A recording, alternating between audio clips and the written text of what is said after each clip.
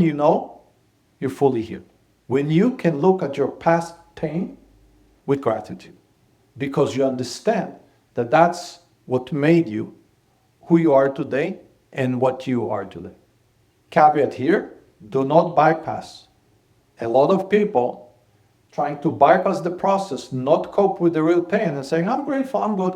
They say it, but they don't feel it. You have to feel the gratitude. It doesn't matter what you say. What matters is what you feel. And if you still have pain towards those painful events, you're not there. You can't feel those two contradicting emotions at the same time. They're too extreme, they're too far apart. We can, those particular ones, that means you're not fully grateful. So one thing is our past. The change in perception about our past has to get to gratitude ultimately. Now you're on the road there because you're doing the healing work. But I'm telling you right now, don't bypass. That's the outcome. You need to feel it. It doesn't matter what you say. The second is our present. Ultimately, we want to get to a perspective of what's great about it. As long as we look at our present life and we say, okay, I'm missing this, I'm missing that, I wish I had this, I wish I had that, that's a perspective of lack. The ultimate switch that we want to get to, again, is a perspective of gratitude.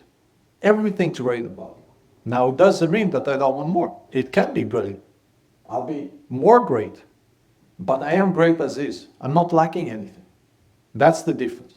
If you walk your day to day and you're thinking of what you're missing, you're emitting the energy of lack. And that's what you get.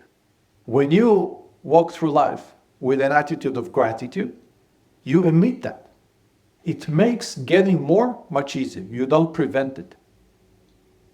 That's the end game. The move from lack to abundance starts with perspective, not with a statement, with a true perspective, a true feeling. It needs to be real inside. The last change in perspective that we're aiming for is ourselves. What you want to get to is a perspective of what are the gifts that you have to share with the world. Not where am I great, but it's different. Why? Because when I look at myself, where am I great? First, it creates a perspective of a little bit grandiosity. And when we swing up, we also swing down. So then here and there, I'm great, but here and there, I'm not so great. And that creates the seesaw again. What you want to get to is a perspective of sharing, not self-grandiosity. What gifts do I have? True gifts do I have? What gifts did I get through my journey to share with the world? That perspective eliminates the component of self-grandiosity.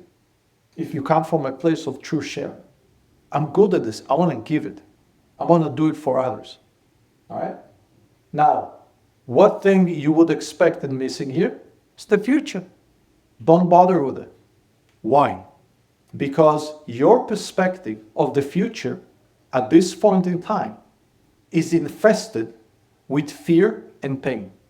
Until you get to a very advanced stage in your healing process, it still has a big component of it. So what you think about your future really is irrelevant. It will change. And because of that, don't bother with it.